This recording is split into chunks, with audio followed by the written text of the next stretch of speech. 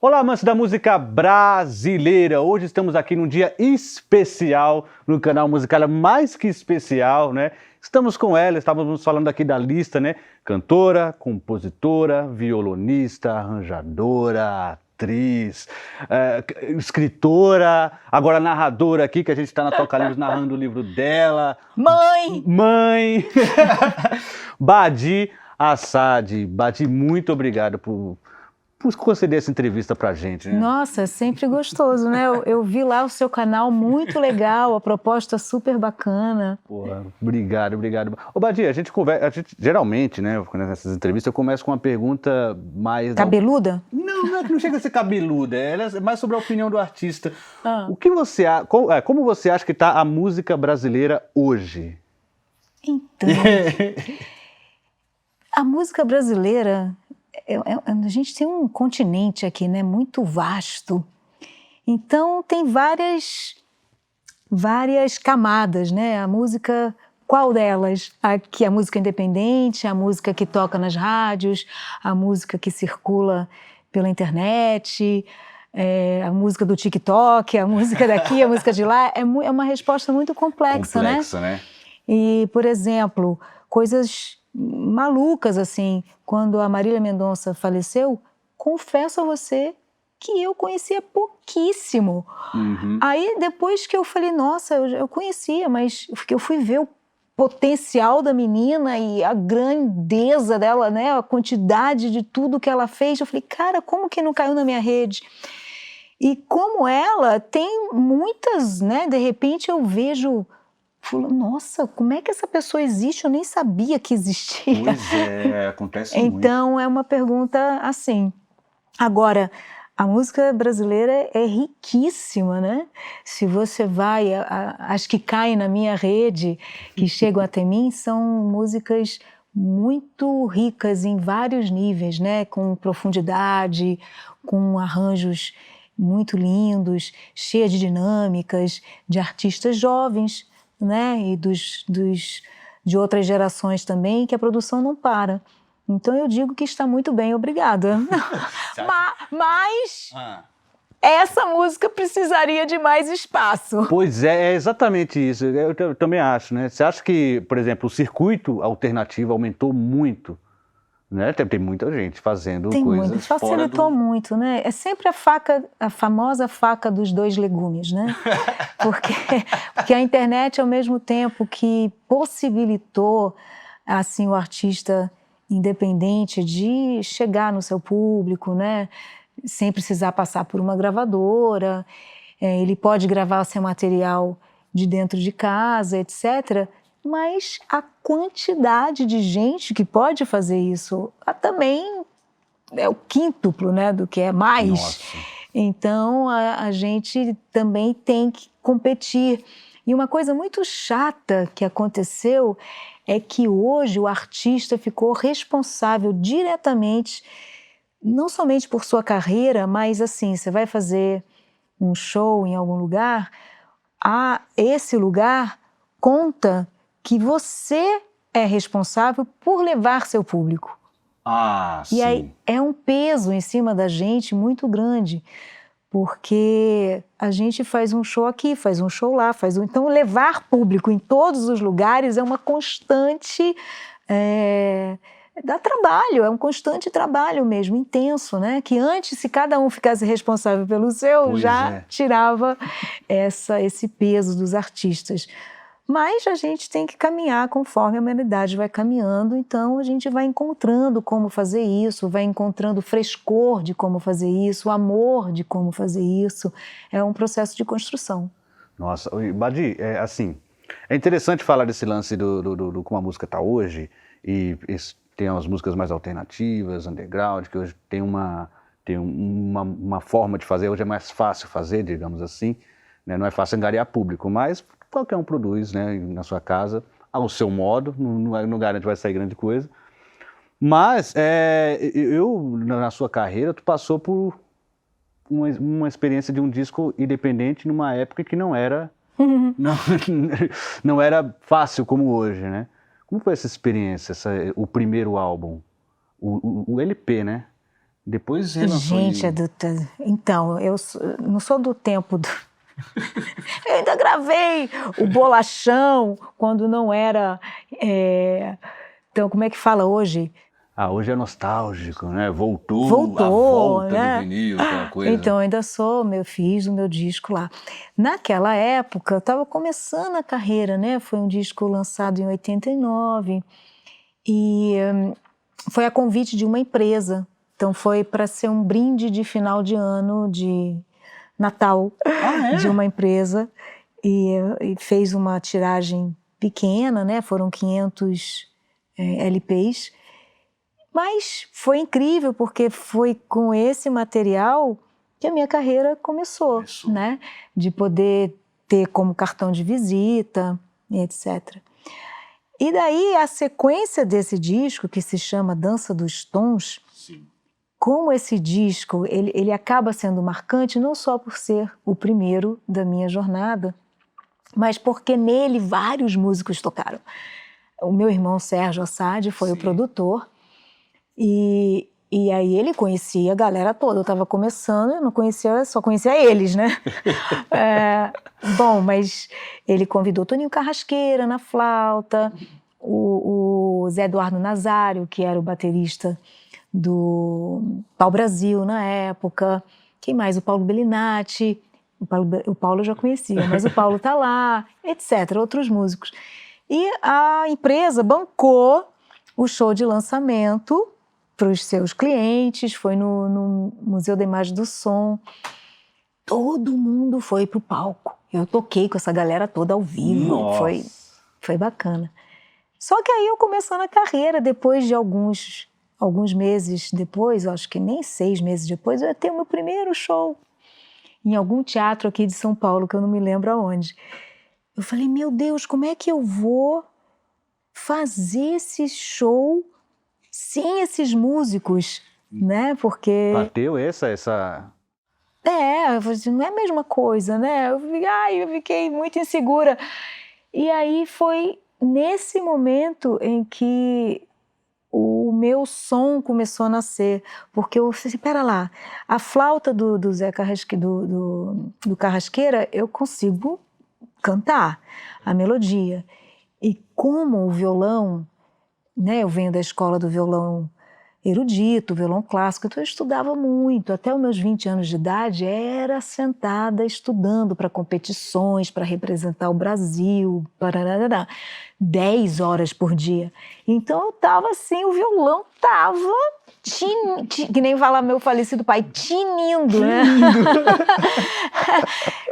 E aí com aquele violão tinindo, a voz tinha começado a entrar, a voz ainda era meio envergonhada, assim, né? Será que eu posso cantar, né? E na época eu estava seguindo os passos dos meus irmãos e tal, então cantar não estava muito no programa, né? Mas esse disco eu cantei 3 faixas compostas com o meu irmão Sérgio, escrevi a letra, a gente fez a parceria e tal. Aí eu lá, bom, a flauta eu consigo imitar, o violão comendo solto e eu cantando a flauta. Legal. Aí eu comecei, pera lá, o Queco Brandão, né, era o auge dos sintetizadores, ele tinha colocado um som de vento numa música do Léo Brauer, que é um cubano, compositor. E aí eu falei, pera, eu acho que eu sei fazer esse vento aí. Aí eu fiquei dias ventando, eu ficava doidona, porque quando você fica ventando, sim, descobri uma droga natural. Nossa, eu tô viajando aqui. Eu fiquei lá ventando, ainda não ventei hoje, vou ventar um pouquinho. Aí eu fui descobrindo, puxa, eu consigo ventar, e fui descobrindo que eu conseguia soltar um som de vento para fora e inspirar, fazendo um som de vento, aí tocando violão, aprendi. Ok, 2 músicas, já dá para fazer das 10. As músicas cantadas, né, tá tranquilo.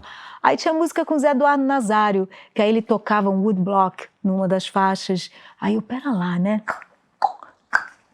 Fácil. Aí, mas vai tocar violão, tinino, para fazer... ai, não consigo, mas ai, deve ficar tão legal. Aí eu escrevi um símbolo para cada nota, né? Outro para isso, aí escrevi em cima da partitura, aí eu estudava, aqui eu faço... Nossa! E aí fui inventando um jeito. Eu sei que quando eu cheguei no teatro, eu estava reproduzindo o disco sozinha. E foi o início da minha história, né? Porque é interessante que se não tivesse acontecido isso, bom, o que poderia ter sido, né? A gente nunca pode dizer, mas um caminho que é o mais naturalmente imaginado é que eu realmente seguiria os passos dos irmãos e poderia ficar na sombra deles. Né? É isso. E assim, a sombra para o pessoal que talvez pode não conhecer, o duo, né? O Odaí e o Sérgio. Olha, se você não conhece, esses caras, eles são considerados, não é porque são meus irmãos, mas eles são considerados um dos maiores duos de violão, não é do Brasil, não, é da história do mundo, da história do violão. Então é muito, né, é grandioso assim, a trajetória deles, o que eles contribuíram para a história do violão, a importância deles. E eles são meus irmãos, né? Eu cresci do lado deles. Então, quando eu comecei a tocar fora do país, eu comecei a tocar para o público deles, porque quando o mundo do violão internacional soube que tinha mais um Assad tocando violão e que era uma mulher, virou meio um alvoroço. Só que quando eu fui tocar, eu já tinha meu estilo, eu não fui tocando dentro do universo musical deles, eu já tinha conquistado a minha identidade, e aí em nenhum momento eu fui comparada, eu já comecei a construir a minha própria história, desde o começo. Ah, isso foi bom. Eu tenho uma coisa para compartilhar, que eu lembro que eu tinha essa impressão. Eu falava, tem o Tom Zé, que ele fala uma coisa engraçada. Ele fala, olha, o meu diferencial é tocar umas enceradeiras, umas coisas diferentes, e eu faço isso porque eu não toco bem um piano. Ele fala, daí minha incapacidade como músico nasce essas coisas diferentes. Eu ficava pensando, e a Badia Assad, que faz todas essas coisas, mas o violão dela já é.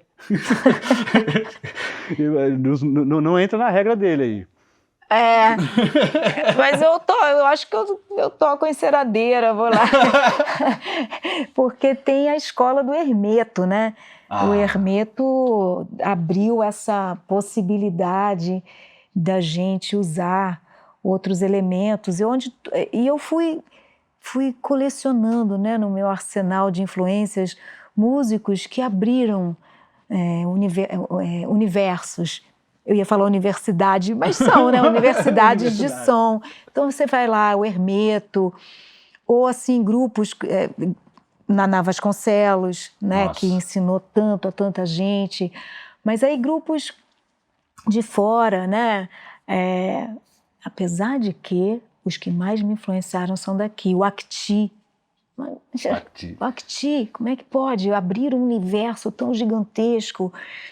Mas assim, dentro da área do violão, Tom Emanuel, que é australiano, que mora lá em Nashville, um cara louco que também usa umas baquetas no violão, e os próprios Stanley Jordan, né? A gente teve oportunidade de tocar, não juntos ao mesmo tempo, mas compartilhar palcos em festivais do mundo, que o Stanley toca com as duas mãos, né? O tapping aqui. E aí o meu jeito, assim, porra, isso aqui é muito legal. Eu vou absorvendo, então eu sou uma grande esponja de absorção desses grandes músicos, tanto na parte instrumental quanto na vocal, né? Fui beber em fontes de Bob McFerrin, Tori Amos, aí vai Meredith Monk, Ima Sumac, Elis Regina, os pigmeus africanos, as mulheres do Alasca. Já somando tudo, né? Então, assim, Badia, eu sou um balaio de gato. O Hermeto fala que, por exemplo, criticaram ele pelo fato dele começar... Pô, você toca um piano tão legal, pra que ficar botando os bonequinhos? Com certeza. Então, o universo do da crítica, né? Porque existe essa, eu diria até uma necessidade assim de compartimentalizar. Então, para você compreender alguma coisa, você tem que colocar aquilo dentro de uma caixa. Se fica solto, você fica meio perdido. Nossa, mas quais caixas que você está usando aí? É difícil imaginar uma caixa que não tenha limite, né? Uma caixa aberta, onde as coisas entrem e saem sem essa preocupação se vai, se pode, se não pode. E tem alguns músicos que têm essas cacholas abertas, né? E o Hermeto é um deles. Então, assim, realmente, o Hermeto não precisa fazer mais nada. Nossa. Mas aonde é que um cara como o Hermeto, que tem a criatividade dele plugada no 220 é pouco, onde que ele vai enfiar aquilo tudo dele? Vai ficar na caixinha só porque algumas pessoas acham que porque ele toca bem piano, ele não vai... Deixar ele formatado, né? Deixa fazer o som que quiser, misturar o que quiser, porque é parte do processo criativo. E a gente está aqui para ser feliz, né? Não é para assinar nenhum contrato para dizer, né, não pode ou pode. Não, a gente pode tudo. E aí cabe a nós, os próprios artistas, de não, pera lá, eu extrapolei aqui, não precisava. Mas só... Saber o limite também. Só a gente pode dizer isso, né? E não o outro. Agora, se você vai agradar o outro, aí cabe ao outro. E uma coisa é certa, não dá para agradar todo mundo. Nem o super popular que faz o quadrado e nem o que sai. Então você tem lá Yo-Yo Ma, esse cellista que é uma referência mundial. Maravilhoso. Os instrumentistas mais puritanos e tal, pode achar que o Yo-Yo Ma tá... Por que você vai fazer um disco com Bob McFerrin se você toca tão bem essa composição aqui do universo clássico? Quando vira um pouco de showman também, eles ficam meio... Né? O Lang Lang, tem uma galera que fica mais... Nossa, o que tem de gente que pega no pé dele? Então, eu fico vendo isso. Falei, mas gente, toca muito. Deixa o cara ser feliz, porque não é fácil você ter a energia roqueira que ele tem. O cara senta ali e incendeia um campo de futebol. Tocando leads. Deixa o cara ser feliz. Vamos falar do solo, que é depois desse Independente.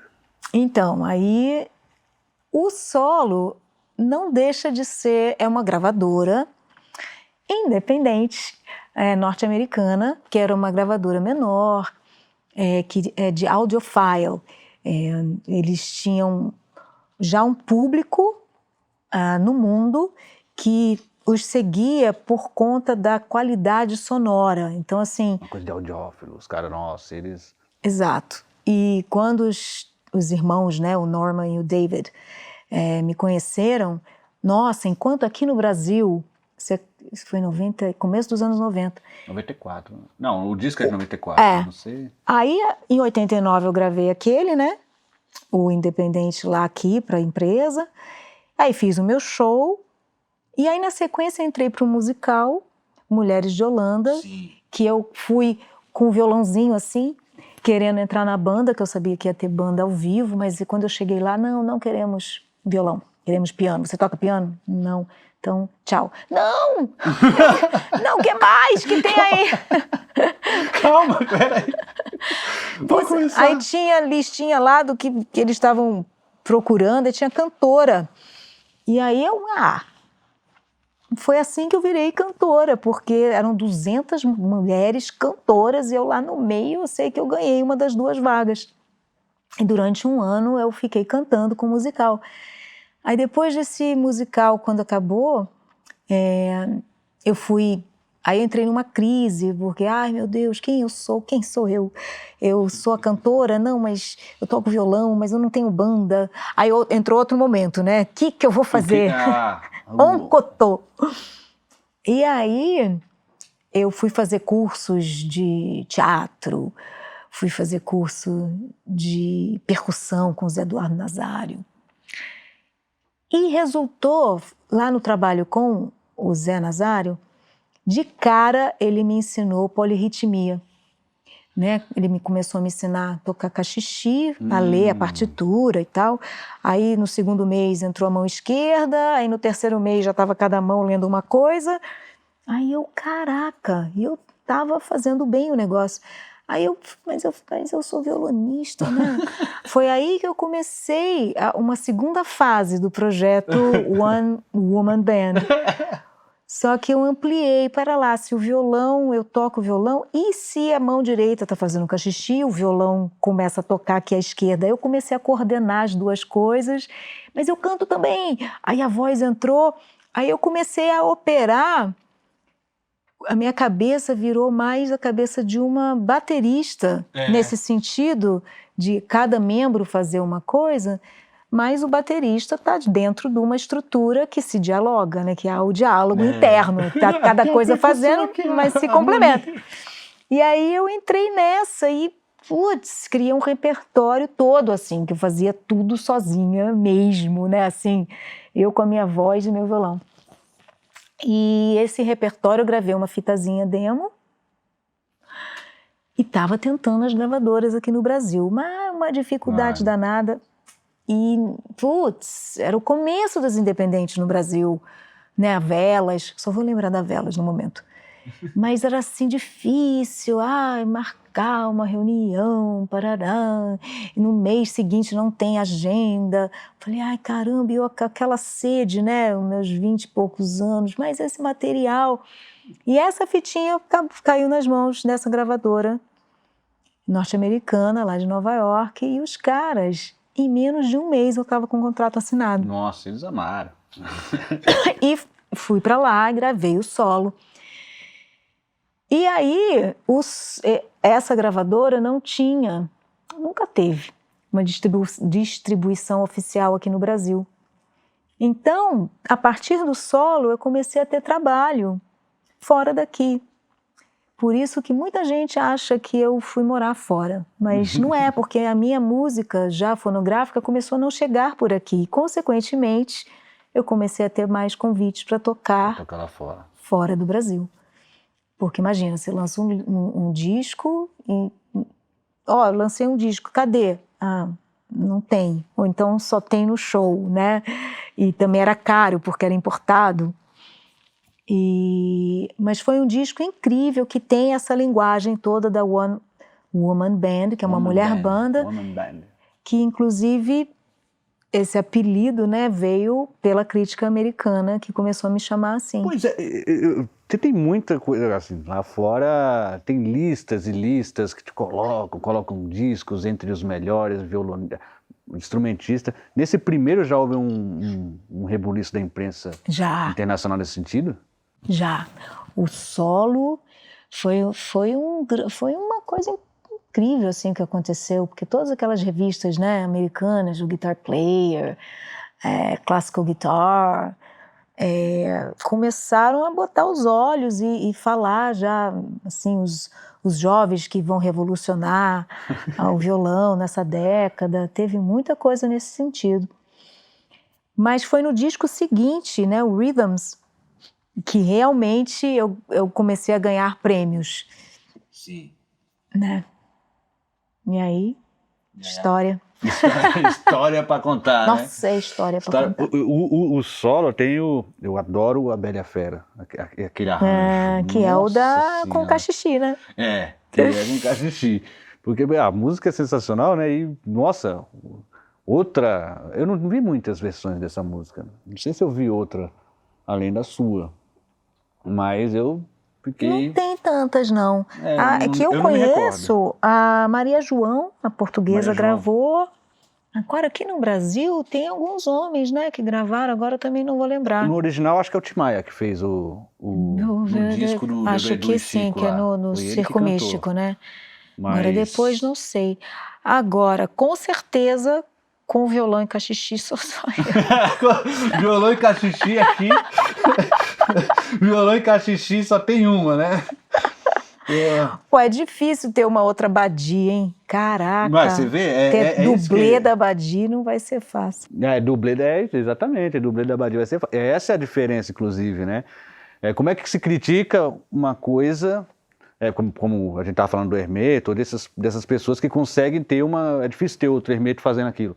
É difícil ter outro Abadi fazendo isso, a né? gente conquistou uma identidade, né? Nunca é interessante porque não é nada confabulado, né? As coisas vão acontecendo. E principalmente com esses artistas que têm uma sede muito grande, né? De curiosidade, de... Sim. Por exemplo, a gente comentou aqui do Bob, né? O Bob lançou o primeiro disco dele com quase 30 anos de idade, porque ele sacou que ele queria... Ele, ao contrário, ele não foi fazendo e foi descobrindo, ele queria gravar o primeiro disco com uma identidade. Depois que ele escutou um disco do Keith Jarrett, né, que chegava improvisando, né, o Keith sempre a primeira música, os shows muito improvisados ali, a música livre do momento e tal, ele sabia que ele tinha uma possibilidade nele de fazer algo assim.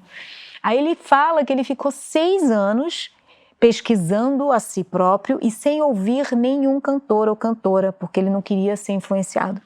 Então, cada um vai encontrando o seu caminho. O que aconteceu? O cara criou uma escola, né, de canto que vai deflagrar no voicing, nas circle songs, que já tem... É uma escola. Além do percussivo, o Bob McFerrin também tem o lance da afinação dele, é algo absurdo. Ele parece Isso daí eu acho que ele nasceu com autotune. Então, ele parece um teclado ambulante, parece que ele tá fazendo assim, a voz tá indo. Impressionante mesmo. Não parece não, tá indo mesmo. Echoes of Brazil, de 1997. 97. Com a ideia do meu inglês, que é horroroso, hein? Echoes of Brazil, né? Eu chamo de Ecos do Brasil. É isso aí. Então, eu tinha uma sensação ali, né, com esses 2 primeiros álbuns que a gente comentou, com a Chesky, né? Eu assinei um contrato para 3 álbuns com eles. Essa é a Solo, Rhythms e o Echoes of Brazil. Porra, eu falei, cara, eu tô sentindo que a minha música tá indo para um lugar que eu quero usar mais a voz, como intérprete, né? O solo já tem, eu canto Joana Francesa ali, sim, a própria Bela e a Fera. O Rhythms tem até a Primeira Vista do Chico César. E eu tô gostando desse caminho aí, né? E aí eu tinha o último trabalho para cumprir o contrato. E eu falei com o meu irmão Sérgio, na verdade foi ideia do Sérgio. O Sérgio está comigo em todas, né? O Sérgio falou assim, por que você não faz um tributo ao violão brasileiro? Que se você está afim de fazer outra coisa, de repente deixa um registro, né? E eu estava no auge, assim, tocando realmente muito bem violão. E aí ele fez rearranjos para a maioria das músicas do disco. E é um disco belíssimo, eu tô tocando muito. E eu falo assim porque eu consigo falar da Abadi, é Abadi, né? Tem a Abadi artista. Tem um distanciamento do artista. Consegue admirar de uma forma... sem ser né? O meu nome de batismo é Mariângela, então agora você está falando com a Mariângela e a gente está falando da Abadi. Estamos falando da Abadi. E aí foi essa história dessa homenagem ao violão brasileiro. A gente escolheu compositores violonistas, sim, né? E cobrindo, assim, o século. E a nata dos compositores. É um disco muito lindo. O emotivo... você curte? Nossa, eu acho espetacular. Que é uma das mais tranquilas, lindo, né, do Hélio Delmiro. Nossa, é uma delícia. Então, essa eu acho que é a própria partitura do Hélio. É original. É original. O Sérgio rearranjou as mais, assim, Sons de Carrilhões. Não, Sons de Carrilhões eu gravei? Ai, nem sei agora o que tá nesse disco. Vamos ver. Interrogando tá nesse disco, ele rearranjou. O Baquianinha tá lindo também. Nossa. Baquianinha entra como é que é o nome do contrabaixista? O David Nossa, eu me esqueci, gente do céu. Eu ia ter feito trabalho de casa. Mas, ó, depois do dia que eu tive hoje, caramba, tô conseguindo falar aqui. Tá, passei a tarde narrando aqui, né? Gente, depois de um tempo eu não tava trava-língua. Vamos falar um pouquinho do audiolivro, do livro, daqui a pouquinho também. Mas o Echoes of Brazil foi o interessante, que no próximo disco, que é o Camillion, eu assinei contrato grandioso com um braço da Polygram na época, né, que depois foi absorvida pela Universal. Foi então a minha entrada no mundo das majors. Sim. Que seria, né, e a Verve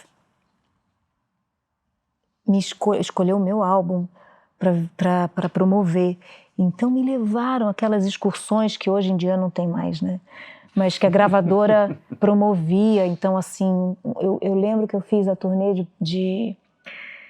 que a gravadora me levou, a gente fez, tipo assim, 20 países em 24 dias, indo para a Ásia, para a Europa.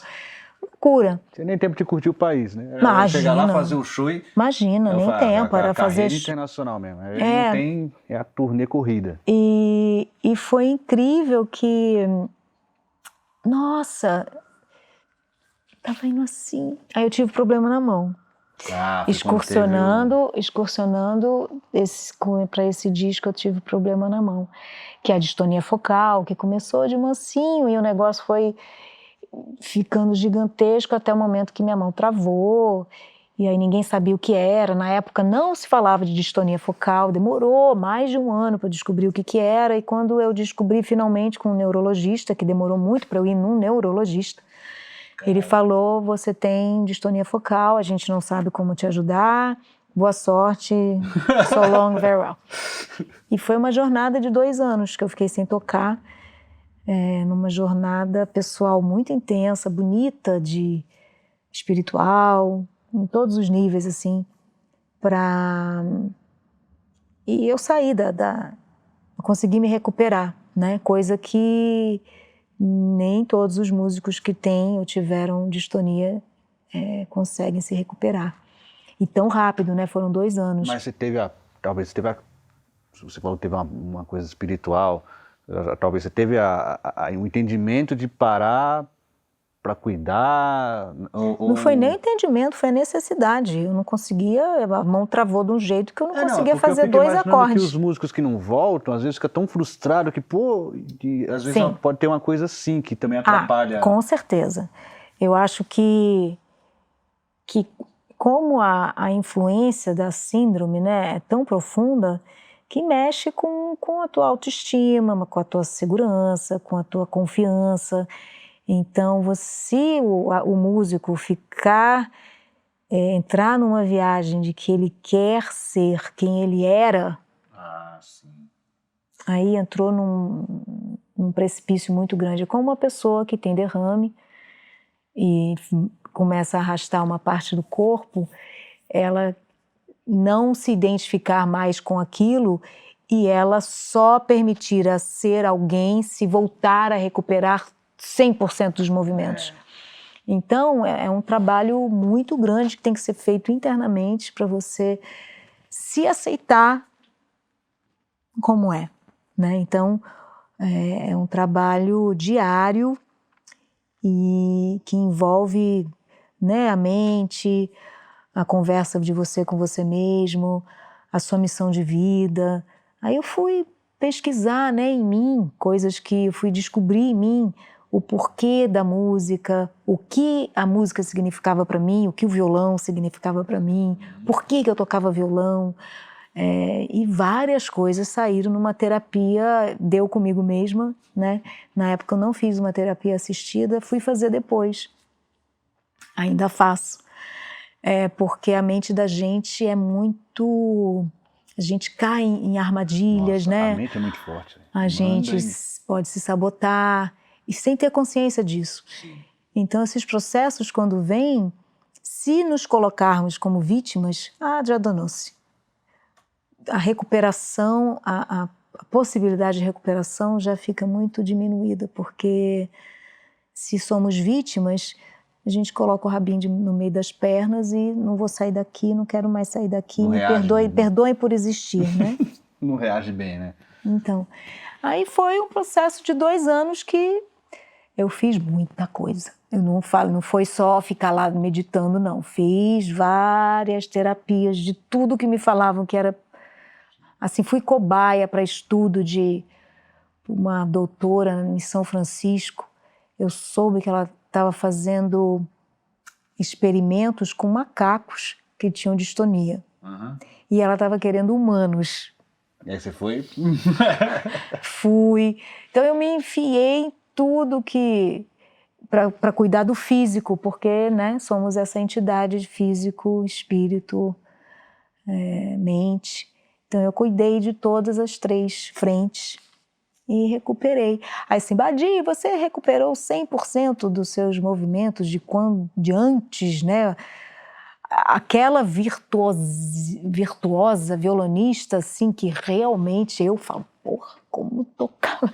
É que você acabou de falar do disco. Então, essa, assim,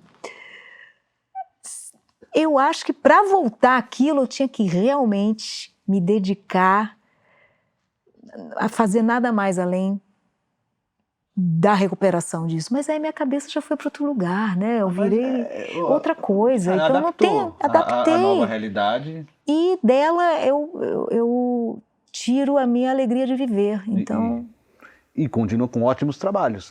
Porque... Nossa Senhora, Distonia foi em 98, né? Depois acabei assinando, fiz vários projetos belíssimos, né? Eu gravei com Larry Coryell, John Abercrombie, um disco chamado Three Guitars, viajei com esses caras no mundo todo. Gravei com a minha família, né? O CD com 8 da família, o DVD. Meus irmãos, nossos pais, meus sobrinhos. E gravei, assinei com a Deutsche Grammophon, a parte World Music da Deutsche Grammophon, fiz 2 discos com eles, Verde, Wonderland. E depois entrei na seara da música independente, porque... Você criou um selo. Criei um selo, 4 Ventos. A crise econômica dos Estados Unidos foi em 2008, né?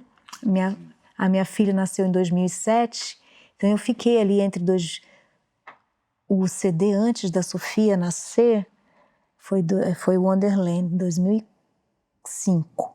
2006 eu engravidei, 2007 Sofia nasceu, aí eu estava fazendo um trabalho incrível em São Paulo chamado Ópera das Pedras, onde ela era a protagonista. É o primeiro de atriz e... Foi. Assim, depois do Mulheres de Holanda, que também era um pouco, né?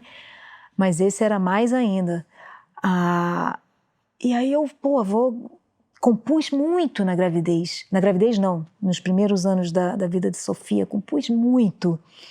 Eu tenho que fazer aqui que eu vou gravar. Eu comecei a bater nas portas das gravadoras, né?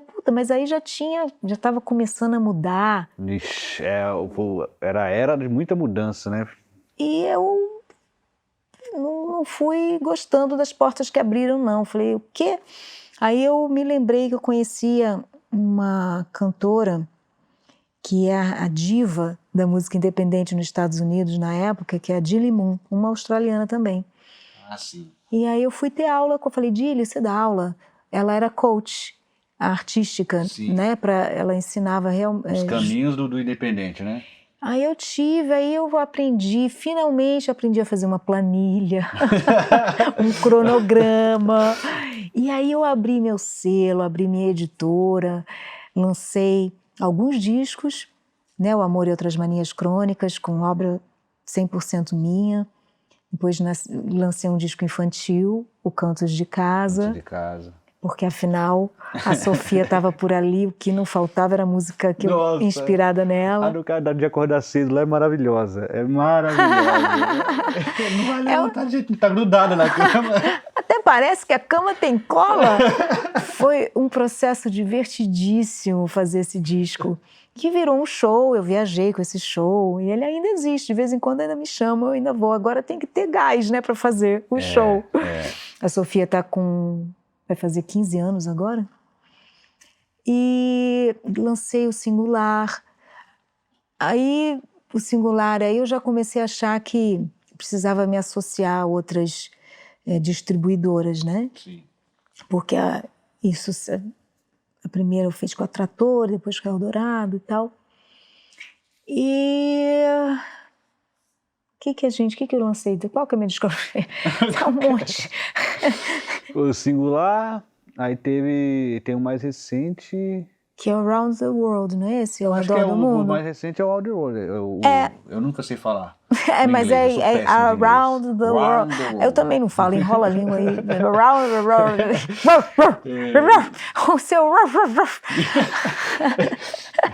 E no infantil você abusou desse... Aí a brincadeira você foi... É aquela, né? Se já não tinha caixinha, agora abriu de vez. A viagem do Cantos de Casa é que eu falei, pô, Cantos de Casa. Cada música acontece num ambiente da casa. Então tem a música do quarto, que é do acordar, aí vai pra cozinha, que é o café da manhã, aí tem a música do quintal, aí tem a música da sala. Cada uma, os instrumentos de percussão são aqueles que naturalmente encontramos nesses ambientes. Nossa, então, assim, a música do banheiro, que a gente fala de escovar o dente, eu toco com tubo de cobre, com os materiais de construção, tubo de PVC, que é lá do Acti, né? Tubo de PVC afinado, a própria escova de dente, que faz som percussivo. Com a mixagem fica muito bom. Nossa, mas fica muito... E assim, ouvindo ao fone, é bem macio tudo, é uma delícia aquilo. A produção do Ricardo Prado ficou belíssima.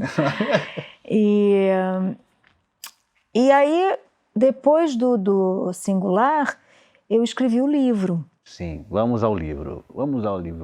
Tudo começou como um convite para escrever para um blog e eu tinha liberdade de escrever sobre o que eu quisesse de música. Eu falei, eu nunca escrevi mas... e se eu escrever sobre artistas? Aí a Melissa, que foi quem me convidou, a Melissa Lenz, para Top Magazine. Eu falei, legal. Pô, eu comecei a escrever. E era toda semana. Falei, caramba, eu nunca escrevi, já tem que pegar toda semana. Eu aceitei o desafio, adoro desafio, aceitei o desafio. Pô, eu escrevi um ano inteiro. Aí, de repente, eu ia viajar em turnê, eu adiantava todos os textos e mandava. E depois, no ano seguinte, eles gostaram tanto que me convidaram para escrever para a revista impressa. Só que aí já não era mais quem eu queria, né? Eles que queriam. Eu comecei a escrever sobre Ozzy Osbourne, Aerosmith, que era uma galera que não era do meu universo musical, mas eu fui descobrindo uma forma muito minha de escrever, sempre em tributo, sempre buscando a beleza desses artistas tão múltiplos, né? Mesmo de universos que não dialogam com o meu. Mas foi mais texto. Aí, depois de 2 anos escrevendo, a própria Melissa, nossa, Badice, tem material para fazer um livro. Falei, pô, livro? Mas compilação, isso tudo já foi... já está online, já existe, né? As pessoas têm acesso.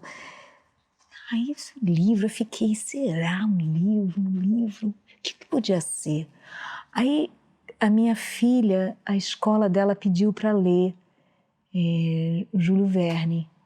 Nem lembro qual livro que foi do Júlio. Talvez Não Foi a Volta ao Mundo. Não Foi a Volta ao Mundo, né? Que eu falei, seria o mais óbvio porque é o título do livro. Né? Mas foi acho que um foi outro. A partir dele só. As Léguas Submarinas. Acho que foi aquele, qual que é o título agora, eu não me lembro. Mas aí, cara, na semana, né, eu comprei o livro para ela. Aí eu dormi e sonhei que eu estava no camarim e o Júlio Verne, alguém bateu na porta, eu abri, era o Júlio Verne com um buquê de flores. Nossa! Aí eu acordei no dia seguinte e falei, gente, Volta ao Mundo em 80 artistas. Veio do sonho. Veio o título na mão. Só que eu não tinha essa volta ao mundo. Com mesmo escrevendo por 2 anos, eu não tinha. Nunca tinha escrito sobre ninguém no Japão, né? Nunca tinha escrito sobre ninguém na Ásia. Acho que não. Aí eu entrei nessa. Porra, quem que do Japão me influenciou? Aí eu entrei nessa viagem de que seriam artistas que ou me influenciaram ou que eu tinha alguma história para contar em comum, que eu vivi alguma coisa. Aí, por exemplo, o Japão, a primeira vez que eu vi o grupo Kodô de percussão de taiko, foi impressionante. Daí eu fui linkando com a minha própria história. Então, tem muito da Badi, quase todas as histórias dessas 80 tem um pouquinho de mim. Aí esse livro virou um espetáculo, com direção do Charlot. Viajei bastante pelo Brasil, viajei pelo mundo. E aí virou um disco, né, que eu lancei por uma outra gravadora americana. E agora acabou de virar e-book. E-book, eu vi. E nesse processo veio o convite para, quer dizer, não para mim, veio o convite da própria editora, né, a Jandaíra, falou, olha, tá rolando a possibilidade do Volta ao Mundo virar um audiobook. Aí eu falei, pô, cara, se isso for virar audiobook, só se for comigo. Então, Não, é a Badi, a experiência da Badi com os... Não consegui imaginar outra pessoa falando esses textos. Pô, mas que legal isso, né? Você saber como é a sua obra e saber que, pô, sou eu tenho que estar lá, eu tenho que fazer. E, eu pulei uma coisinha que aconteceu também com esse livro, ele rendeu muita coisa. Quando entrou a pandemia, teve a lei Aldir Blanc. Sim. E eu fiz um projeto que seria Volta ao Mundo com convidados, que gerou depois um EP, mas foi uma série de vídeos que a gente lançou, tá no meu canal do YouTube, são com convidados e foram diversos, assim, 6. Então eu tenho Suame Júnior, o Marcelo Preto, o Fernandinho Beatbox, a Lívia Matos, não, são 5, são 5 convidados, faltou um, né? Carlinhos Antunes. Porque foi um projeto belíssimo, né? E agora eu tô narrando e é uma delícia, é muito gostoso. Feliz de estar fazendo. Não sei, vai sair no segundo semestre, né? Eu não sei, não tenho essas informações. Para quem não sabe, a gente está na Toca Livros agora. Eu estou alugando a Badia, até acabou de sair da sessão de narração. Gente, eu lembrei, aí eu falei, nossa, eu marquei com ele, eu descobri que eu tinha um batonzinho na minha sacola. Eu nem fiz uma maquiagem, nada, então está nua e crua com batom. E vai sair em audiolivro, o Volta ao Mundo em 80 Artistas, pela Toca Livros. Eu não tenho a data ainda, esse vídeo sairá antes, porque a gente também tem que falar de outros lançamentos, que esse sim é pra já. Tô cansada pra fazer isso rápido, eu consigo fazer a testa rápido. Eu sei mexer uma orelha de cada vez. Uma orelha? Escolhe aí, direita ou esquerda? Esquerda. Direita. Peraí. Eu sei fazer isso, mas eu sei só sobrancelha. Sobrancelha eu não consigo, só a esquerda. Aprendi com o Jim Carrey. O Jim Carrey fazia isso, eu quero fazer isso. E eu treinei para fazer, era uma questão de honra. Muita loucura nessas coisas, essas partes do corpo. Mas enfim, a gente não para, né? Porque não só o próprio... uma carreira que a gente continua investindo, né? Porque não é que está... É a nossa vida, né? Não existe a diferença. A carreira é minha vida. É como eu tenho o prazer de acordar e dormir fazendo música. Então tem sempre música nova. E esse novo disco, ele já existia, a ideia dele antes da pandemia.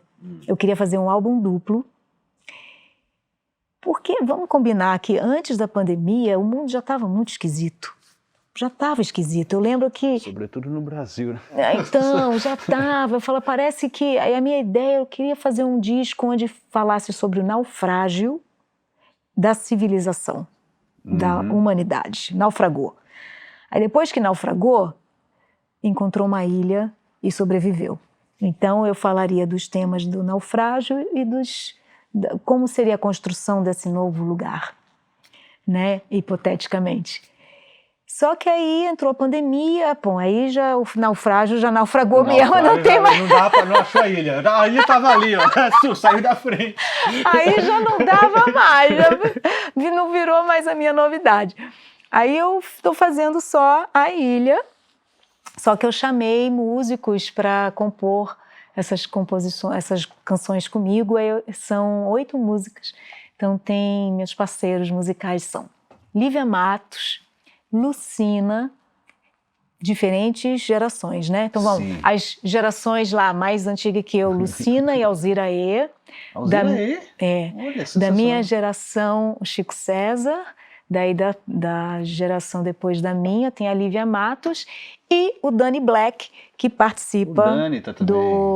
participa do disco. E a gente começa um processo de lançamentos, 26 de maio, o primeiro single, que é uma composição só minha, chamada Eterno. Depois, 10 de junho, é o segundo single, e o disco vai ser lançado no dia 1º de julho. Se chama Ilha. Sensacional! Então, olha, todos os links já estão na descrição aí, com certeza. Todos os links aí, hoje em dia, hoje tem Spotify, todas as coisas aí, a gente vai colocar. Mas tem um link geral desses daí, eu acredito. Tem, vai de...